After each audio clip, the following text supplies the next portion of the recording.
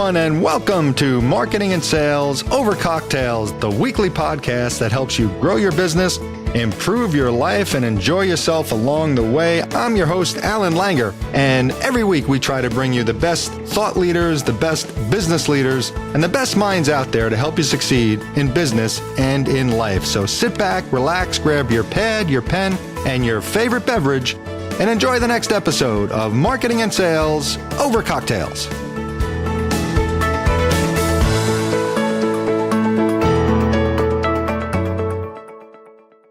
Hello, everyone, and welcome to Marketing and Sales Over Cocktails. This is episode, I believe it is episode 18. I have to look. I should have checked, but doesn't matter. We're having a great time moving along here with some great guests, one great guest after another. I'm Alan Langer. I'm your host. Hope you've been having a good time, and I really appreciate everyone leaving your comments and getting a lot of great feedback on this. Today, we've got another awesome guest, a fellow author. You're really going to enjoy this guy because the two of us are really aligned in our selling philosophy. So I'm going to introduce him in a second. But before I do, I want to remind everyone about the Ask Alan segment of the podcast. Just go to marketingandsalespodcast.com. That's the website, marketingandsalespodcast.com. Go to the contact page and send me a question. And if your question is read here on the podcast to me and my guest, you will get a free autographed signed copy of my book. So do that. We will get to our question this week, which is a good one, at the end of the podcast. So without any further delay, I am going to introduce Larry Levine. Larry is the author of Selling from the Heart, a really great book and something that resonates with me. So before I tell you a little background, I want to welcome Larry. Thank you for joining the podcast today. That's so good, Alan, but it's not cocktails with Alan because as we're recording this, it'd be way too early to have a cocktail, Alan. Yeah. So Larry's like the third one where I've changed this to Marketing and Sales Over Coffee because Larry couldn't do the evening time slot, which is totally fine. But I really appreciate, Larry, you being here today because I know you're going to have some good nuggets for the audience. So Larry, I just want to mention a few things. So first of all, his book, you can see it in his background there, Selling from the Heart. It's an awesome book, and he focuses on the concept of helping and not selling. And on his website, he talks about a lot of things you can do right now during the COVID era to help your sales if you're struggling and things like that. So, Larry, why don't you give us a little background on how you got to where you are, how you got to the book? I have a story on what made me write my book. What's your authors have stories? What's your story about how you got to writing that book? Thanks for asking. And I always, you never know until you ask, right? You never know somebody's backstory until you ask them their story, what got them to where they're at. Because a lot of times we always go, okay, well, I think I know where Alan's going with this, or you assume. But, I share this because I had a crazy 28, almost 29 years in the office technology channel, Alan. So I sold copiers my whole entire life. Copiers, document management software, one of the most brutally competitive, highly commoditized sales channels that I know of, right? And what was interesting is I always share with people, this is kind of what catapulted me throughout my career. And then obviously Selling from the Heart is I learned something along the way. It was my first year in sales. I became really cognizant of my surroundings. So what I mean by cognizant is I'd pay attention to what salespeople were saying. Not that I was eavesdropping, but it was, call it that sixth sense. I was like, I had my ears tuned into what they were saying, and it was always all about them. It was always all about the product and so forth. My first year was just a complete nightmare, but I learned something along the way as I started to grow. And as I started to get a couple new customers, I started to get very curious as a young, impressionable salesperson. And I started to ask a few customers that I had at the time. So now I'm going to take everyone back. Probably now we're talking late 80s. So right. Date myself a little bit here. And I started to ask them, what do they like? What do they don't like with salespeople? What would wow them? What would knock their socks off? And I started to take a ton of notes. And I always say this, and I still to this day, you can earn a PhD from your customers if you're willing to ask, if you're willing to ask for feedback. And that's what I did as a young impressionable. Now I'm in my early 20s. Mm-hmm. And I learned something along the way that if I was going to succeed in a highly chaotic sales channel, I had to do something completely polar opposite of everybody else. So what made you, I'm sorry for interrupting, but this no, it's all good. What made you in your 20s realize that you needed to do that? Because a lot of people in their 20s are just going to follow the sales pitch that they're trained, and they're afraid to kind of go outside the box a little bit. What made you do that? Well, a couple things. So this is what really drove me still to this day is I grew up with a dad who was a rocket scientist for the United States Air Force. So my dad had a PhD in aeronautical physics by the time he was 20 from 2 Ivy League schools. My dad went to NYU and Cornell before he graduated Cornell at 20 years old with a PhD. Wow. And I had to grow up with that. Now keep in mind, I love my dad. We have this love-hate relationship, but that's what fueled a lot of me and selling from the heart throughout my whole career. But there was something that I learned along the way. And that was, if I was going to be a professional, I had to do something about it. And the simple reason is growing up with a dad, Alan, who was a rocket scientist, and he was book smart and street stupid. Mm-hmm. I was street smart, book stupid. I hated school. I hated everything about it. I just wanted the answers to everything. My dad made me figure it out. And I share this because I took how I saw it in my first year. It was totally dysfunctional. It was some of the worst training I ever received because it was so product focused, right? It was script this and script that, 50 cold calls a day. I couldn't come back to the office till I had 50 cards and show my manager. And then I had to start dialing, and I couldn't leave the office until I was done. But that's the way it was. Yeah. And I go, you know what? There has to be a better way. So what I did is I held myself to a different degree of accountability than anybody else. I worked harder on myself than anybody else. And I always say you're a product of your environment. I'm a true believer salespeople are products of their environment. Well, I was a product of how I was raised. Yeah. And I said, you know what? I chose to go into sales. I wasn't forced to go into sales. I chose sales. So therefore, I'm going to show my dad, keep in mind, he was as a rocket scientist, I'm going to show my dad that I can be the best sales professional out there. And that's what I did. I parlayed that into everything I did was, okay. And this is why that I'm a big believer that if you don't show your clients love, respect, and appreciation, they won't give it back. If you can give, they will give it back. And that's what I learned. That's how I was raised. That's what I brought into the sales world at a young, impressionable age. And I was in my early 20s.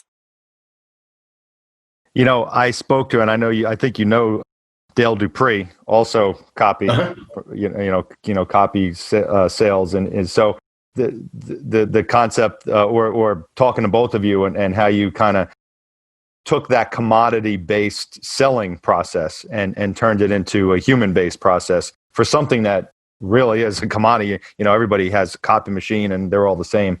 So that's really impressive at a young age that you did that.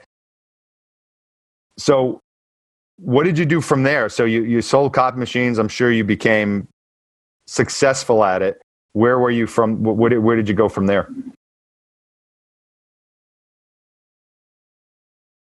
So I spent 28 and a half, almost 29 years in the copier channel. Oh, and so you stayed in copier. I share this because Alan, it was the only sales channel I grew up in. It was the absolute only channel all the way up until the spring of 2015. Spring of 2015, I get dealt probably one of the most life-altering, changing moments ever. I was fired from my very first job. Wow. At 50 years old, I was asked to leave. Wow. It was. So were you with the same company the whole 20 years? I spent the last 17, 19 months in corporate sales on the direct side for a Japanese OEM in the office technology channel. Gotcha. And coming off one of the best years I'd ever had, it was all net new, brand new business. And in the spring of 2015, they parted ways with a lot of people. Wow. And part of that restructuring. And at 50 years old, we all have ahas, right? I'm a big believer. I don't care what sales channel you're in. Doesn't matter. We've all had aha moments, great aha moments and not so good aha moments. Well, at 50 years old, I find myself for the first time ever without a job. First time ever being relieved of a position. Even in, my stupid younger days where I had odd part-time jobs, I was never relieved. I left on my own. Yeah, right. So at 50 years old, I find myself without a job. I cried for days, literally just freaking cried like a baby for days until my wife picks me up from my collar like this, right? Goes, okay, boom, boom, slaps me across the face, not literally, but you get where I'm going with this. And she goes, it's time for you to do something. Yeah. And she goes, why don't you do what you did when you were in the copier channel? Why don't you start leveraging your network? My wife saw it. The best advice I'd ever gotten was from my wife. I'm down at the lowest part of my career. And she picks me up and she says, start reaching out to your network and ask for help. First person I call is my good, close, dear friend, Daryl Amy, who I started this whole journey with, who's my co-host on the Selling from the Heart podcast. Yep. And I called him up, let him know what happened. And I said, hey, hey, listen, this is what's happened. Can you help me out? Right? Who in your network could you introduce me to, and so forth? A couple of days later, Daryl calls me on the phone and goes, you know something, Larry? He goes, you need to coach salespeople on what you did in the channel, on how you brought real, genuine sincerity, caring, love, appreciation to your clients. You need to start coaching salespeople on how you did that, how you built a presence face-to-face, and how you married that online with social. I haven't seen anybody do it like you've done it. And it took me a couple of days to figure it out. And I said, fine. And without a single customer, nothing. I started with Daryl the whole Selling from the Heart movement. And I'm a big believer words matter and message matters, Alan. Sure. And my challenge to the sales world, and I want the sales world to key in on this because I was faced with it. How do you get noticed in a marketplace if nobody knows you exist? Alan, there wasn't anybody, and I mean anybody outside of the Los Angeles marketplace that knew who I was. Heck, I sold copiers for 28, almost 29 years. Right. But I believed in my message. I doubled down on myself. And I said, you know what? I'm going to bring what made me to the sales profession because in my personal opinion, Alan, this is the missing link. Sincerity, substance, and heart is the missing link in a sales world, especially in a post-trust sales world. And now as we head into a post-virus sales world,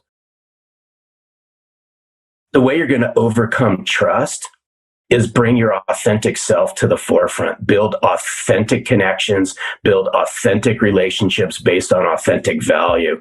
And that's how I started Selling from the Heart, was to really and I pushed the button.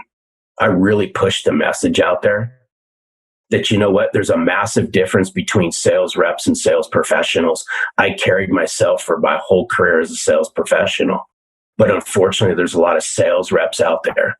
There's a lot of broken, dysfunctional sales reps out there. And I'm sorry, it's no disrespect to anybody out there. But if you want to be viewed as a sales professional, you have to do the inner work first. I was willing to get vulnerable with myself, do the inner work first, made the outer work and how I connected with people a whole lot easier.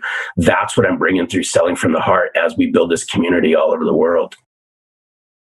That's really amazing stuff. It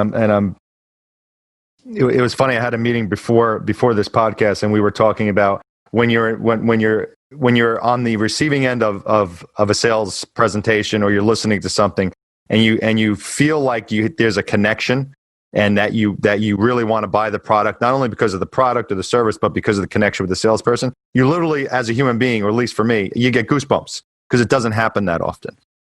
People don't feel they're so apprehensive, and the mistrust with salespeople is so ingrained in us as human beings growing up that when you experience the opposite of it, you actually get goosebumps. And when you were talking about what you just did, I got goosebumps because it's so true. People are like, customers are desperate to talk to sales professionals. They crave them because they're so few and far between. No, well, thank you for saying that, and I really appreciate it. Is I was willing to ask Alan. I was willing to ask my customers what they wanted, and I did this throughout my whole career. I still do it to this day. I love that. And it goes back to that, it goes back to that old saying, if you ask not, you get not. And what happens is we assume, right? We assume we understand what's going on inside our customers' heads, right? We assume we have great relationships. We make a lot of assumptions. Well, we know the whole saying with assume, and we're not going to go down that road. Mm-hmm. But I was willing to ask. And learned this a long time ago, still play it to this day in my business life and in my personal life. The more comfortable I make somebody feel, the more comfortable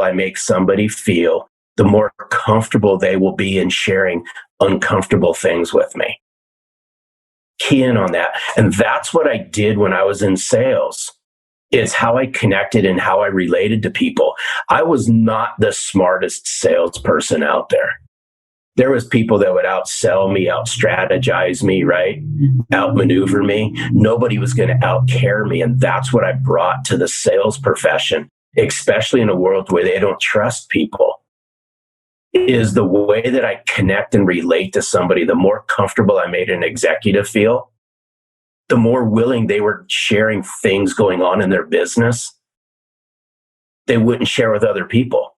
Right. I just enjoyed asking really great, engaging questions that made executives think.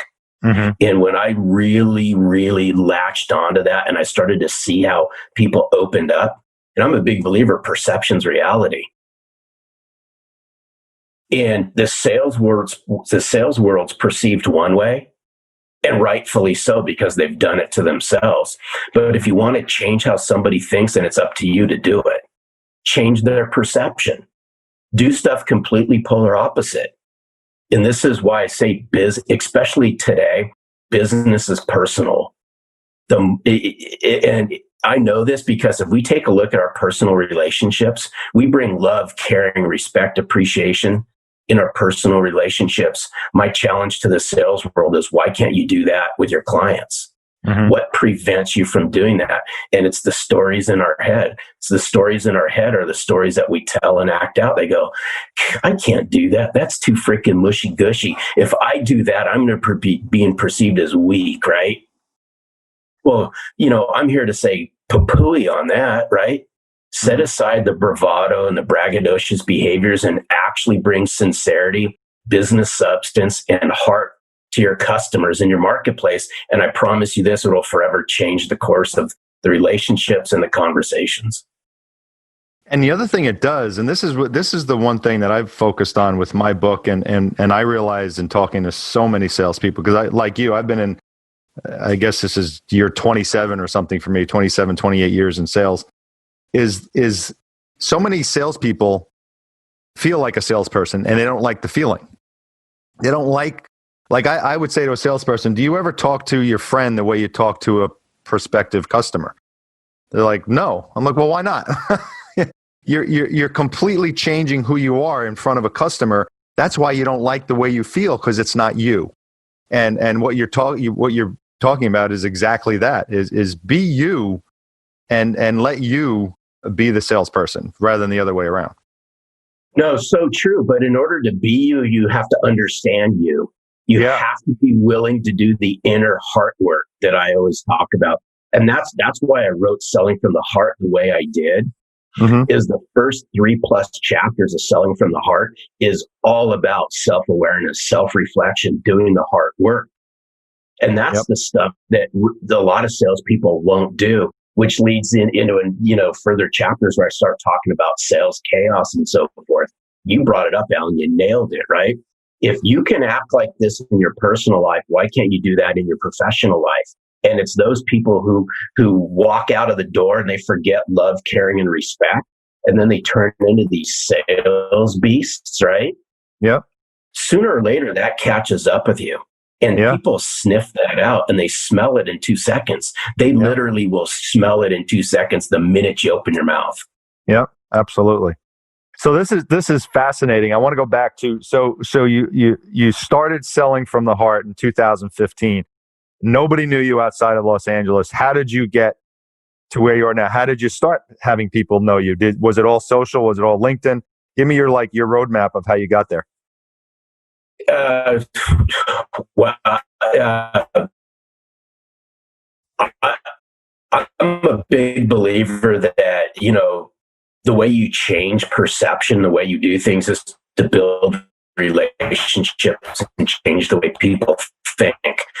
Mm-hmm. So I took the way that I built relationships with people were phone and face to face. That was it. So that gave me a strong foundation of clearly articulating and communicating value and so forth, because I worked on it, because those are the only channels that I can do it in. Well, then obviously social came to be, and I understood that, heck, if I'm building relationships and changing the way people think, if I just layered in social and I did the exact same thing, what would happen? It skyrocketed my sales career, because just the same way that I was building a presence face to face in my marketplace, I just replicated that online. I leveraged this, I'll say I leveraged LinkedIn in a way that no other salesperson in my channel or my marketplace was leveraging.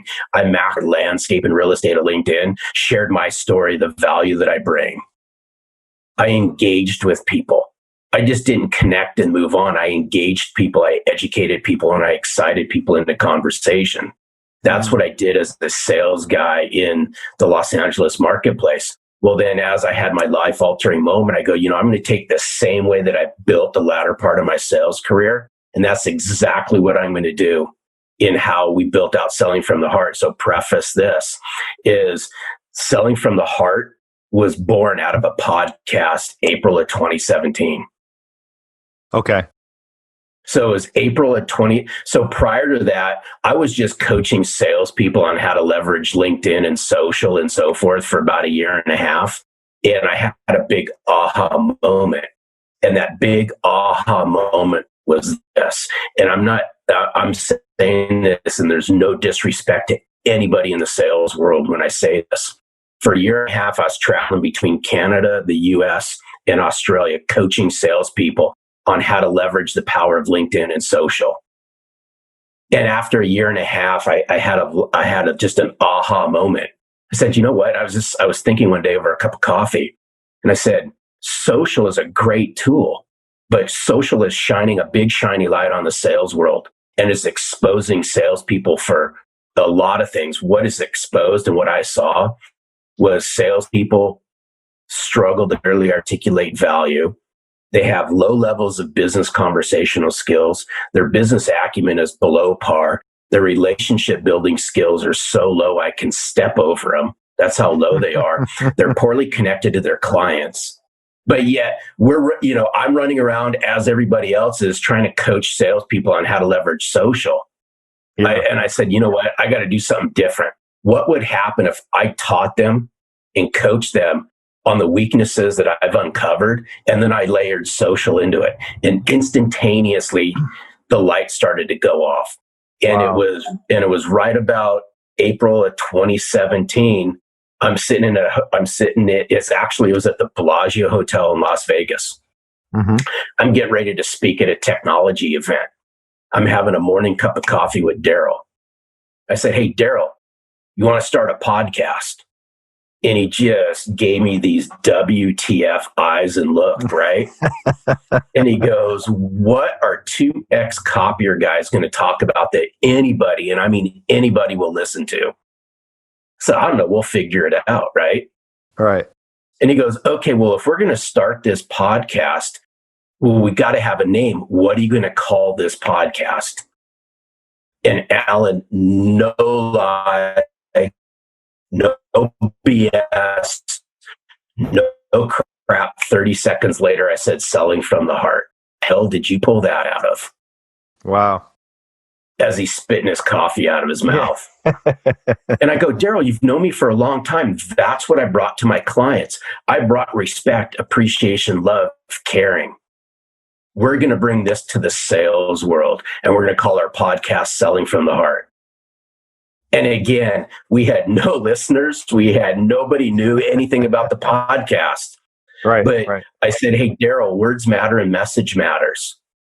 Yep. And we're going to build an engaging audience based on staying true to who we are. We're going to bring sincerity and substance. We're going to get really cool guests to come on our podcast that talk about authenticity and love and what it all means. And we're going to ask each and every guest who comes on the podcast, what's it mean to them to sell from the heart? And that's going to be our signature. Mm-hmm. He goes, dude, I am freaking in on this. April 2017, Selling from the Heart's born.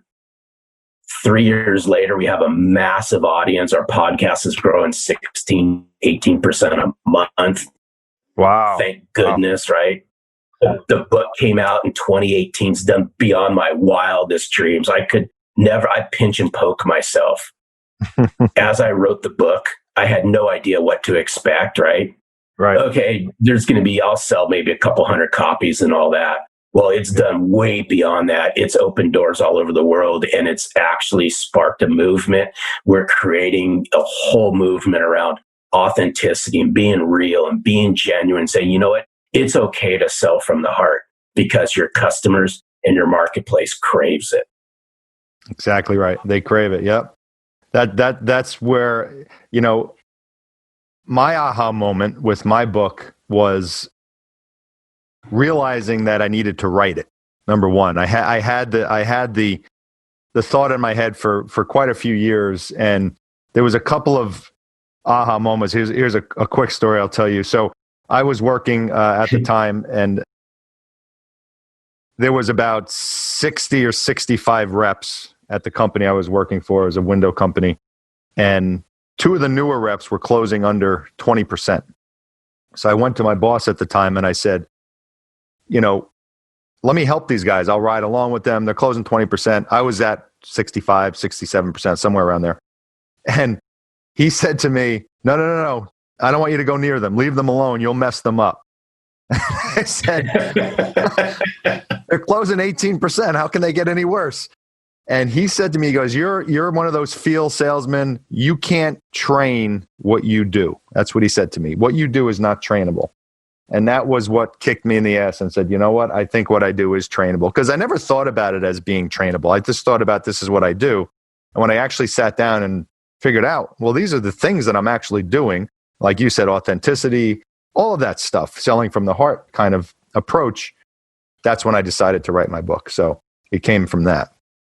It's so good. I mean, I'm a big believer, right? I always ask everyone in sales, do stories sell? And of course, right, everyone says stories sell. Okay, what's your story? I'm a big believer that the best storytellers are story collectors. Yes. And think about that in sales, right?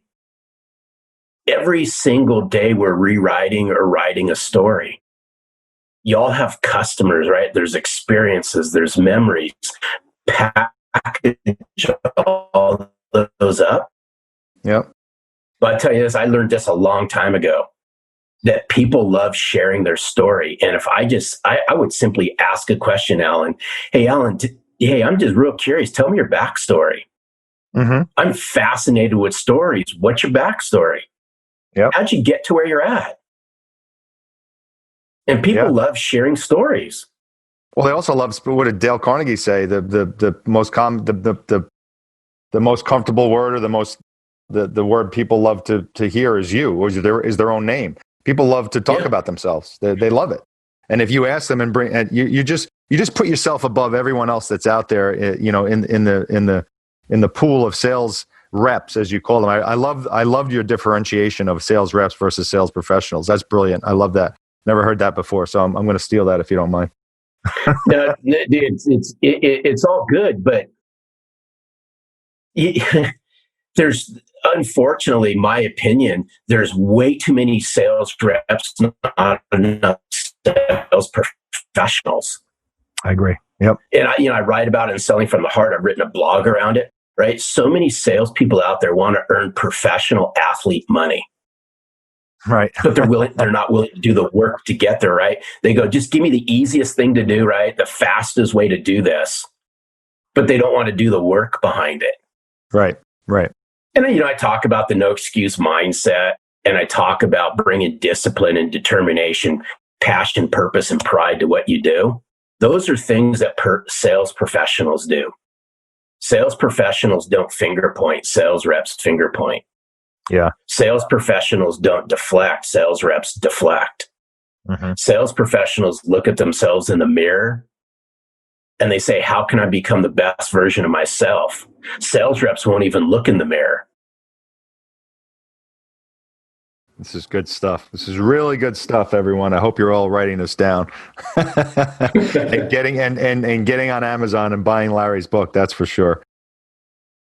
You know, the one other thing that I wanted to bring up with you as an author, because, and I spoke with this concept to Marcus Chan, who's also a sales guy on LinkedIn, really good guy, is about not only learning and reading stuff, but actually when you're done with it, taking action.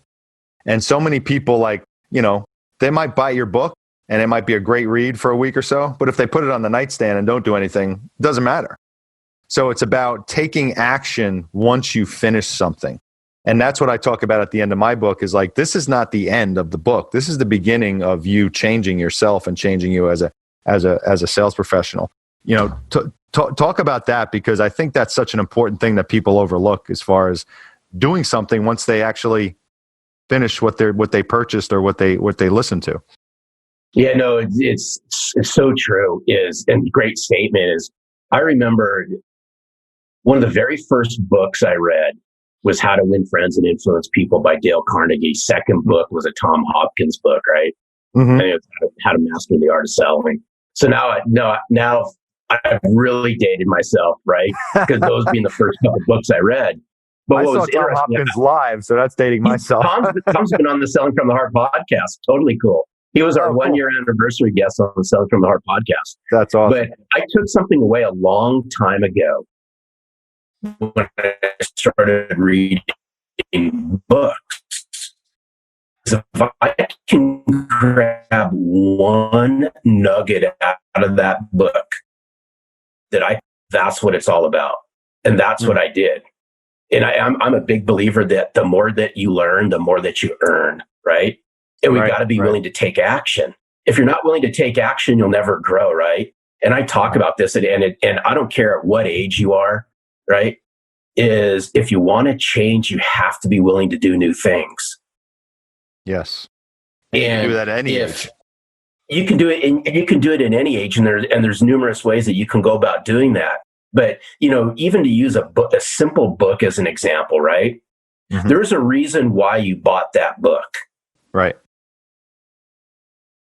You didn't just buy the book to read the book.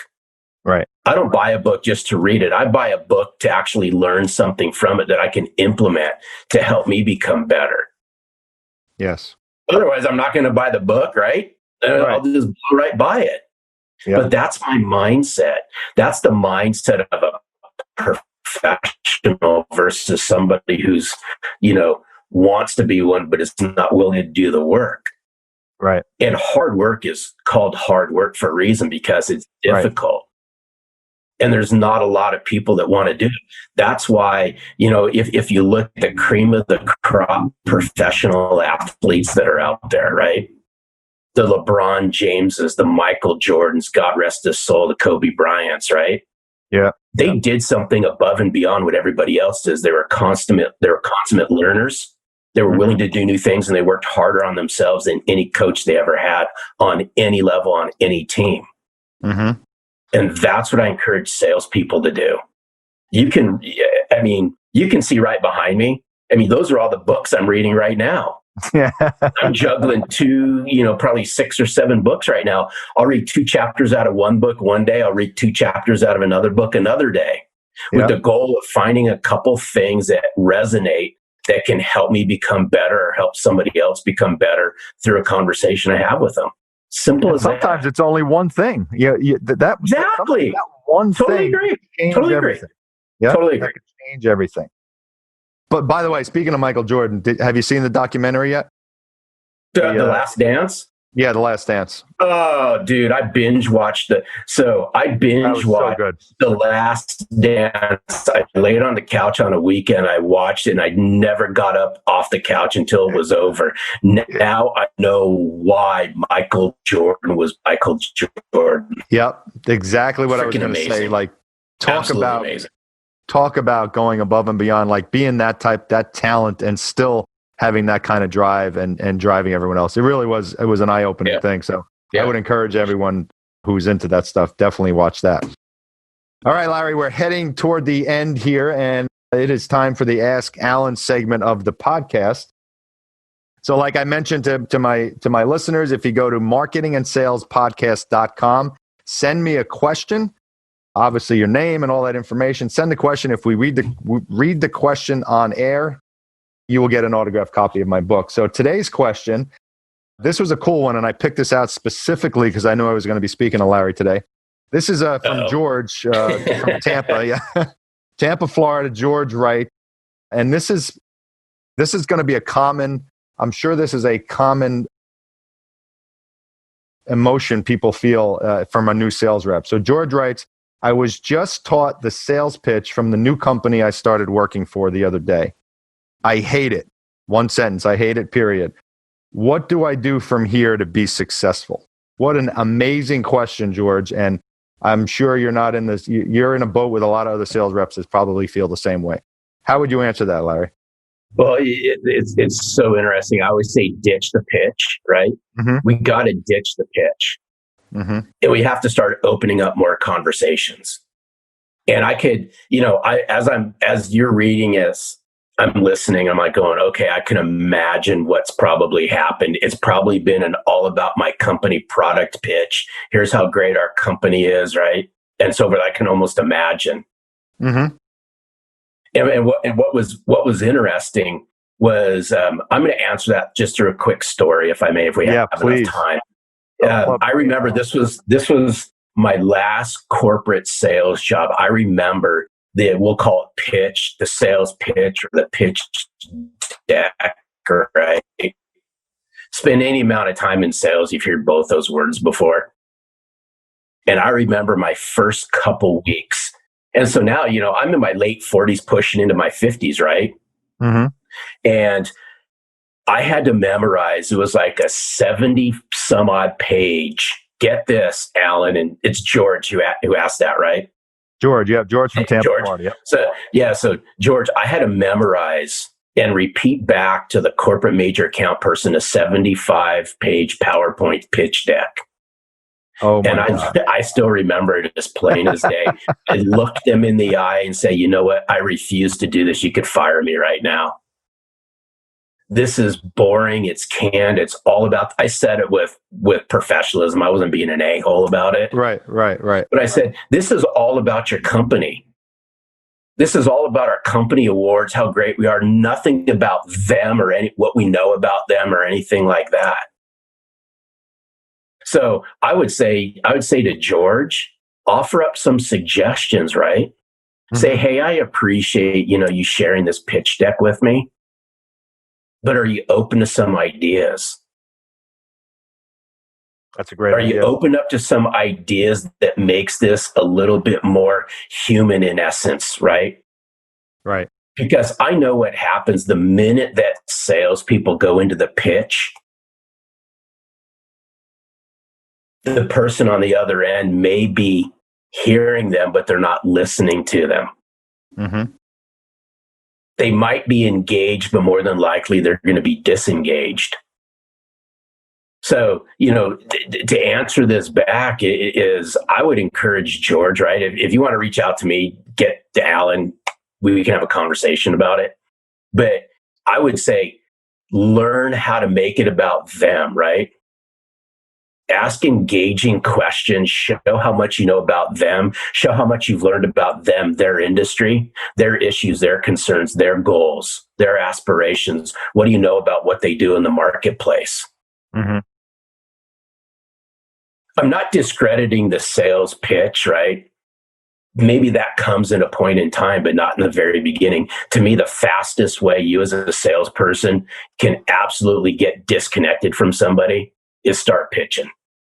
Right. Just pitch and puke your sales crap all over the place and watch what happens. And it'll produce. I just did a video of this on LinkedIn that companies, especially, there's a lot of questions I'd love to ask George if I were coaching him or you were coaching him, like, what he sells and all that kind of stuff to get some into this. But it sounds like it's a company that, they're happy with 30% closing. Like if you can close 30%, you've got a job here. We're a successful company. And I just did a video on LinkedIn saying, how is 30% a successful? How do you consider 70 out of 100 people telling you no successful? Well, I would say, here's what's interesting, and I picked up on this a long time ago, Alan, is we don't spend, in my opinion, again, I believe we do not spend enough time with salespeople on how to effectively open up a conversation with somebody. I agree 100%. And I was never the best nor strongest, quote unquote, closer that was out there. Mm-hmm. But what I was a strong opener. Mm-hmm. And I knew that the more humanly I opened, it's so interesting. We had a gentleman on the podcast, on the Selling from the Heart podcast, about less than 30 days ago, talked about conversational competence. Mm-hmm. Salespeople today lack conversational competence, driven conversations, that they've forgotten how to open up a conversation. And a conversation I open up with Alan may not be a sales conversation. Right. You want to connect and relate to your buyers out there? Stop having sales conversations. Have a human-centric conversation and learn the triggers and how to advance that through to a sales conversation. But when we open our very first conversation with people in a sales-centric way, they've tuned the radio channel already. Yeah. Wall went up. That, volume went down. Yeah, absolutely. You're 100% right. And I would add to that to answer George's question. Obviously, the company's going to teach you the sales pitch. The sales pitch has to be there. There has to be a process. I understand that. Totally agree. Totally agree. But you're so right. You have to, the process can't be the only thing you do. You have to be you. We talked about this. You got to be a human being. Sales is not a numbers game. Sales is a human game. And the way you can become successful by incorporating the pitch is to incorporate the pitch around you, not the pitch and then you. And like Larry just said, start the conversation. I love that. Be a strong opener, because if you're a strong opener, closing almost becomes just the culmination of a great conversation. The closing is just the byproduct of the end of the conversation. A technique. I totally, absolutely, Alan, totally 100% agree. I'm a big believer in this, that if you engage with and ask great questions, that get somebody to stop and think for a moment, those are the basis of starting to build a strong relationship with somebody. The stronger the relationship, the more the opportunities, the more comfortable you make somebody feel, the more comfortable they'll share uncomfortable things. That happens through engaging and asking great questions. Those is what's uncovers sales opportunities. Is from you're going to get into these closing opportunities. But if you struggle in the very beginning, then everybody goes, well, how do I overcome the close? How do I overcome the objection and all that? Guess what? Learn to ask great, engaging, opening questions, right?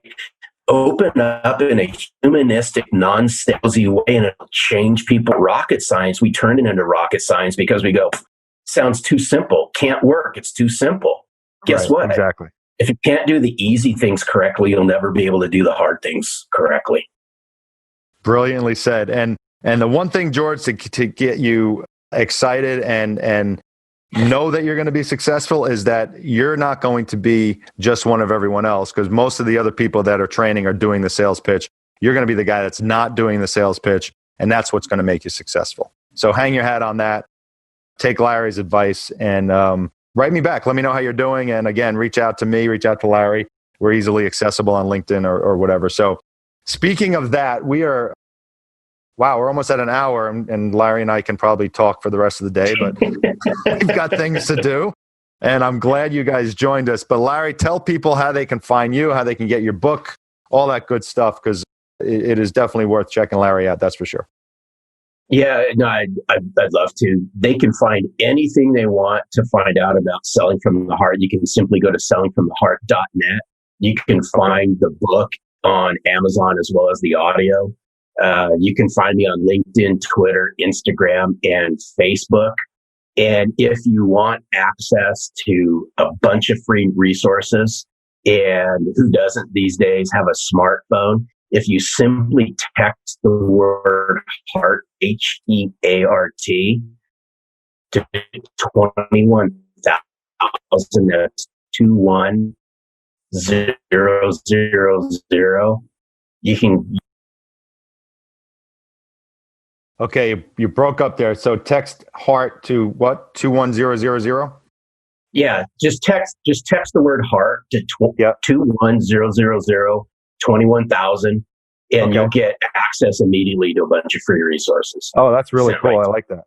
Very cool. Okay, I'll put that in the show notes as well for people who can't be writing and they're driving right now. Easy to remember though. 21,000 HEART. That's doesn't get much more simpler than that. Larry Levine, thank you very much for joining me. This has been an awesome hour. Again, I actually ordered your book 2 days ago, so I am really looking forward to it. So good. Thank you so much. Yeah, awesome stuff. And again, thanks for joining me. And that is going to take it for us, everyone here listening. Thanks for joining the podcast. Remember, go to marketingandsalespodcast.com. Send me a question, leave me a review. Have fun, do whatever you want. But again, Larry, thank you. And thank you everyone out there for joining. And we will see you again next time.